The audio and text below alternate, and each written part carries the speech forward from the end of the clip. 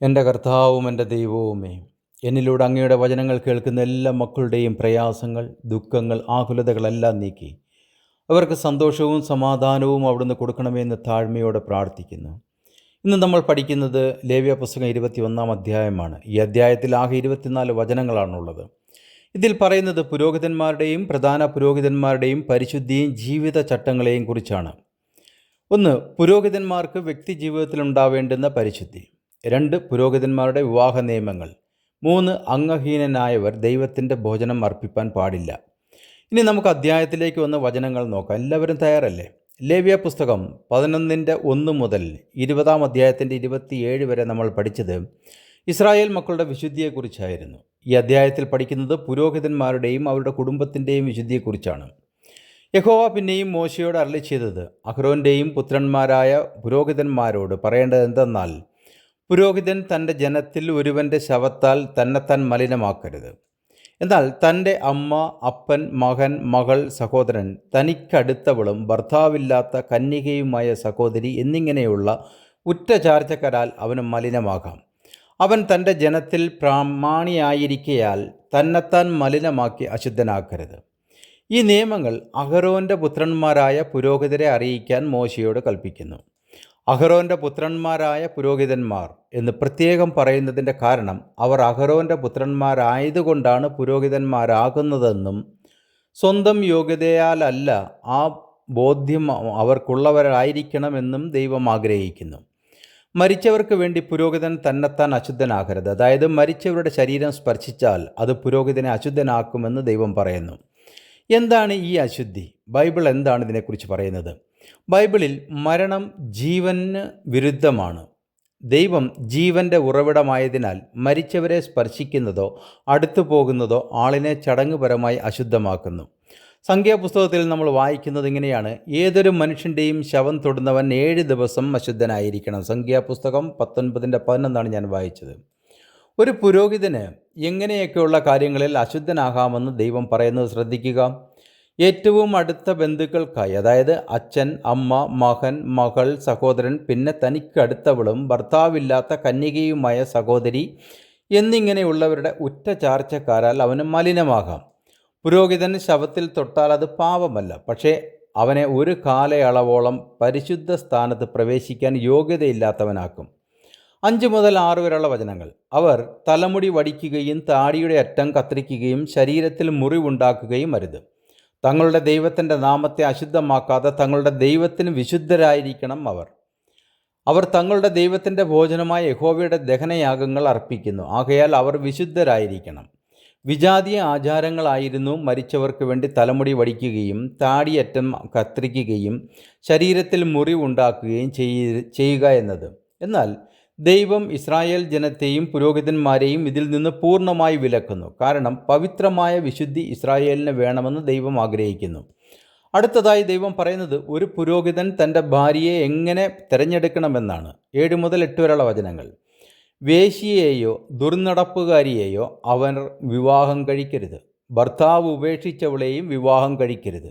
അവൻ തൻ്റെ ദൈവത്തിന് വിശുദ്ധനാകുന്നു. അതുകൊണ്ട് നീ അവനെ ശുദ്ധീകരിക്കണം.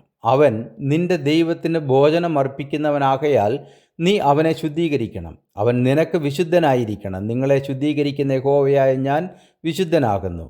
പുരോഹിതൻ തനിക്കൊരു ഭാര്യയെ അന്വേഷിക്കുമ്പോൾ അവളുടെ പവിത്രതയും നിയമാനുസൃതമായ വംശാവലിയെയും കുറിച്ച് അയാൾ ശ്രദ്ധിക്കണമെന്ന് ദൈവം ആഗ്രഹിക്കുന്നു. ഈ നിയമം പുതിയ നിയമത്തിൽ വിശ്വസിക്കുന്നവർക്ക് ബാധകമാണോ എന്ന് നോക്കാം. വിശുദ്ധ പത്രോസ്ലീഹ പറഞ്ഞു: നിങ്ങളോ അന്ധകാരത്തിൽ നിന്ന് തൻ്റെ അത്ഭുത പ്രകാശത്തിലേക്ക് നിങ്ങളെ വിളിച്ചവൻ്റെ സൽഗുണങ്ങളെ ഘോഷിപ്പാൻ തക്കവണ്ണം തിരഞ്ഞെടുക്കപ്പെട്ട ഒരു ജാതിയും രാജകീയ പുരോഹിത വർഗവും വിശുദ്ധ വംശവും സ്വന്തം ജനവുമാകുന്നു. 1 പത്രോസ് 2:9 ഞാൻ വായിച്ചത്. അതായത് നമ്മൾ ഓരോരുത്തരും ദൈവത്തിൻ്റെ തിരഞ്ഞെടുക്കപ്പെട്ട പുരോഹിതരാണെന്ന് ദൈവം പറയുന്നു. തുടർന്ന് നമ്മൾ വായിക്കുന്നത് ഇങ്ങനെയാണ്: നമ്മെ സ്നേഹിക്കുന്നവനും നമ്മുടെ പാപം പോക്കി നമ്മെ തൻ്റെ രക്തത്താൽ വിടുവിച്ച തൻ്റെ പിതാവായ ദൈവത്തിന് നമ്മെ രാജ്യവും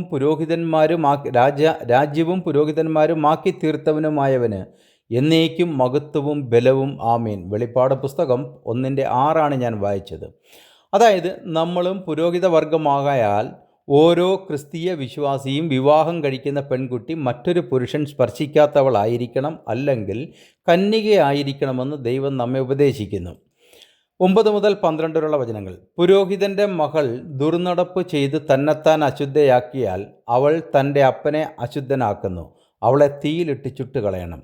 അഭിഷേക തൈലം തലയിൽ ഒഴിക്കപ്പെട്ടവനും വസ്ത്രം ധരിപ്പാൻ പ്രതിഷ്ഠിക്കപ്പെട്ടവനുമായി തൻ്റെ സഹോദരന്മാരിൽ മഹാപുരോഹിതനായവൻ തൻ്റെ തലമുടി പിച്ചിപ്പറിക്കുകയും വസ്ത്രം കീറുകയും അരുത്. അവൻ യാതൊരു ശവത്തോടും അടുക്കുകയും തൻ്റെ അപ്പനാലോ അമ്മയാലോ അശുദ്ധനാകുകയും അരുത്. വിശുദ്ധ മന്ദിരം വിട്ട് അവൻ പുറത്തിറങ്ങുകയും തൻ്റെ ദൈവത്തിൻ്റെ വിശുദ്ധ മന്ദിരം അശുദ്ധമാക്കുകയും അരുത്. അവൻ്റെ ദൈവത്തിൻ്റെ അഭിഷേക തൈലമായ സംസ്കാരം അവൻ്റെ മേലിരിക്കുന്നു. ഞാൻ യഹോവയാകുന്നു. ഇവിടെ നിങ്ങൾക്കൊരു സംശയമുണ്ടാവാം. എന്താണെന്നല്ലേ? അവൻ യാതൊരു ശവത്തോടും അടുക്കുകയും തൻ്റെ അപ്പനാലോ അമ്മയാലോ അശുദ്ധനാകുകയും അരുത് എന്ന് 21:11 നമ്മൾ പറയുന്നു.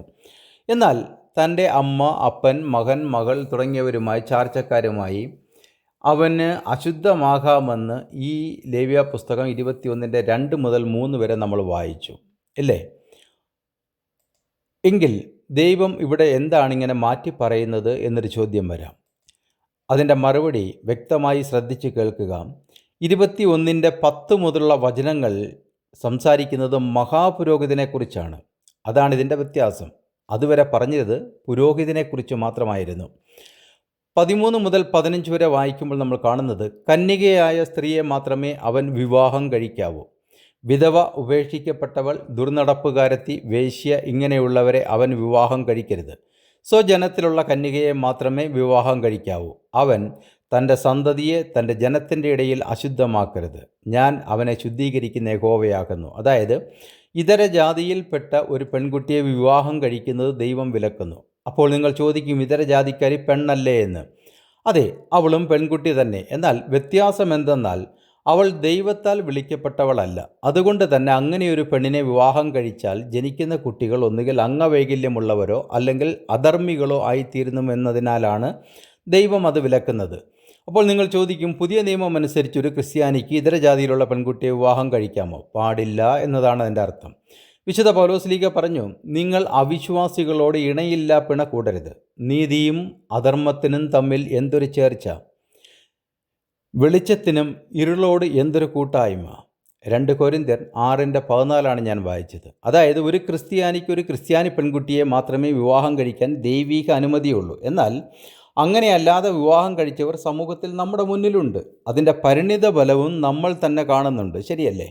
തത്വത്തിൽ അവർ ദൈവസന്നിധിയിൽ അശുദ്ധരാണെന്ന് തിരിച്ചറിയണം. 16 മുതൽ 24 വരെയുള്ള വചനങ്ങൾ.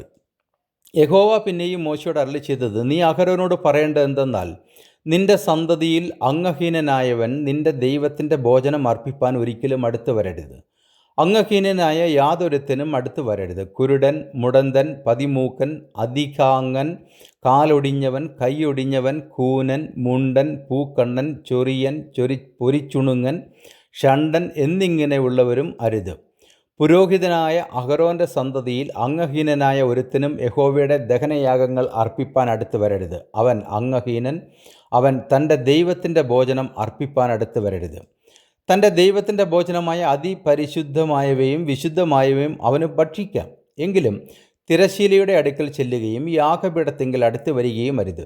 അവൻ അംഗഹീനനല്ലോ. അവൻ എൻ്റെ വിശുദ്ധ സാധനങ്ങളെ അശുദ്ധമാക്കരുത്. ഞാൻ അവരെ ശുദ്ധീകരിക്കുന്ന യഹോവയാകുന്നു. മോശ ഇത് അഹരോനോടും പുത്രന്മാരോടും എല്ലാ ഇസ്രായേൽ മക്കളോടും പറഞ്ഞു. എന്തുകൊണ്ട് പുരോഹിത കുടുംബത്തിൽ ഇങ്ങനെയുള്ള അംഗഹീനരായ കുട്ടികൾ ജനിക്കുന്നു? വിശുദ്ധ പൗലോസ്ലീഹ പറഞ്ഞു, സർവ്വസൃഷ്ടിയും ഇന്ന് വരെ ഒരുപോലെ ഞരങ്ങി ഈറ്റുനോവോടിരിക്കുന്നു എന്ന് നാം അറിയുന്നുവല്ലോ. ആത്മാവെന്ന ആദ്യദാനം ലഭിച്ചിരിക്കുന്ന നാമും നമ്മുടെ ശരീരത്തിൻ്റെ വീണ്ടെടുപ്പായ പുത്രത്വത്തിന് കാത്തുകൊണ്ട് ഉള്ളിൽ ഞരങ്ങുന്നു. റോമർക്കെഴുതിയ ലേഖനം 8:22 മുതൽ 23 വരെയാണ് ഞാൻ വായിച്ചത്. ആദമിൻ്റെ വീഴ്ചയ്ക്ക് ശേഷം പ്രകൃതി മൊത്തത്തിലും മനുഷ്യർ പൂർണ്ണമായും സാത്താൻ്റെ ഉപദേശത്തിലും പ്രവൃത്തിയിലും അടിമപ്പെട്ടിരിക്കുന്നു. മനുഷ്യ ശരീരം, ജീനുകൾ, പ്രകൃതി എല്ലാം പൂർണ്ണത നഷ്ടപ്പെട്ടു. അതുകൊണ്ട് രോഗം, വേദന, ജനനദോഷങ്ങൾ ഇതൊക്കെയും സംഭവിക്കുന്നു. പാപത്തിൻ്റെ പരിണിത ഫലങ്ങളാണിതെല്ലാം. അതറിയാവുന്നത് കൊണ്ടാണ് മാതാപിതാക്കൾ മക്കൾക്ക് പറഞ്ഞു കൊടുക്കുന്നത്, വിവാഹം കഴിഞ്ഞ് അവർ ബെഡിൽ പോകുമ്പോൾ കർത്താവിനോട് പ്രാർത്ഥിച്ച് മാത്രമേ ശാരീരിക ബന്ധത്തിൽ ഏർപ്പെടാവൂ എന്ന്. ഇപ്പോൾ മനസ്സിലായി കാണുമല്ലോ. പഴയ നിയമത്തിലെ അശുദ്ധിയും പുതിയ നിയമത്തിലെ അശുദ്ധിയും ഇതെങ്ങനെ മനസ്സിലാക്കി തരുന്നുവെന്ന് നോക്കാം. പഴയ നിയമത്തിലെ അശുദ്ധി എന്ന് പറയുന്നത് റിച്വൽ ഇമ്പ്യൂരിറ്റിയാണ്, അതായത് പാപമല്ല, പിന്നെയോ ചടങ്ങുപരമായുള്ള അശുദ്ധിയാണ്. പുതിയ നിയമത്തിൽ അശുദ്ധി ആത്മീയ ഹൃദയപരമായ യാഥാർത്ഥ്യം എന്നാണ് യേശുവും അപ്പോസ്തലന്മാരും നമ്മെ പഠിപ്പിക്കുന്നത്. കർത്താവിൻ്റെ ഉപദേശം ശ്രദ്ധിക്കുക. കർത്താവ് പറഞ്ഞു, അശുദ്ധി ഹൃദയത്തിൽ നിന്നാണ് വരുന്നത്. പിന്നെ അവൻ പുരുഷാരത്തെ അരികെ വിളിച്ചു അവരോട്, എല്ലാവരും കേട്ട് ഗ്രഹിച്ചു കൊള്ളുവിൻ. പുറത്തുനിന്ന് മനുഷ്യൻ്റെ അകത്ത് ചെല്ലുന്ന യാതൊന്നിനും അവനെ അശുദ്ധമാക്കാൻ കഴിയുകയില്ല. അവനിൽ നിന്ന് പുറപ്പെടുന്നത് അത്രയും മനുഷ്യനെ അശുദ്ധമാക്കുന്നത്. വിശുദ്ധ മർക്കോസ് 7:14-15 വരെയാണ് ഞാൻ വായിച്ചത്. യേശുക്രിസ്തു അശുദ്ധരായി കാണപ്പെട്ടവരെ സ്പർശിച്ചപ്പോൾ യേശുക്രിസ്തു അശുദ്ധനാവുകയല്ല ചെയ്തത്, മറിച്ച് അശുദ്ധിയുള്ളവർ ശുദ്ധരായി തീരുകയാണ് ഉണ്ടായത്. നിനക്ക് മനസ്സുണ്ടെങ്കിൽ എന്നെ ശുദ്ധമാക്കാൻ കഴിയുമെന്ന് അപേക്ഷിച്ച് യേശു എൻ്റെ അടുക്കൽ വന്ന ഒരു കുഷ്ഠരോഗിയെ കർത്താവ് സൗഖ്യമാക്കി. കർത്താവ് അവനെ സ്പർശിച്ച ഉടനെ തന്നെ കുഷ്ഠം വിട്ടുപോയി എന്ന് മർക്കോസിൻ്റെ സുവിശേഷം 1:40-42 വരെ നമ്മൾ വായിക്കുന്നു. അതുപോലെ മരിച്ചു കിടന്ന ബാലയെ ഉയർപ്പിച്ചത് നമ്മൾ ലൂക്കോസിൻ്റെ സുവിശേഷം 8:54-55 വരെ വായിക്കുന്നു. രക്തസ്രാവമുള്ള സ്ത്രീയെ തൊട്ട മാത്രയിൽ അവൾ സൗഖ്യമായത് വിശുദ്ധ മർക്കോസിൻ്റെ സുവിശേഷത്തിൽ 5:25-30 വരെ നമ്മൾ വായിക്കുന്നു.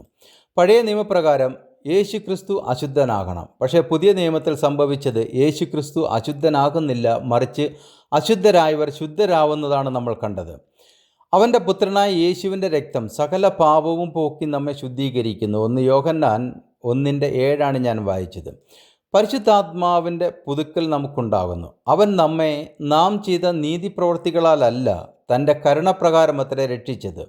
നാം അവൻ്റെ കൃപയാൽ നീതീകരിക്കപ്പെട്ടിട്ട് പ്രത്യാശപ്രകാരം നിത്യജീവൻ്റെ അവകാശികളായി തീരേണ്ടതിന് പുനർജനന സ്നാനം കൊണ്ടും നമ്മുടെ രക്ഷിതാവായ യേശുക്രിസ്തു മൂലം നമ്മുടെ മേൽ ധാരാളമായി പകർന്ന പരിശുദ്ധാത്മാവിൻ്റെ നവീകരണം കൊണ്ടും തന്നെ.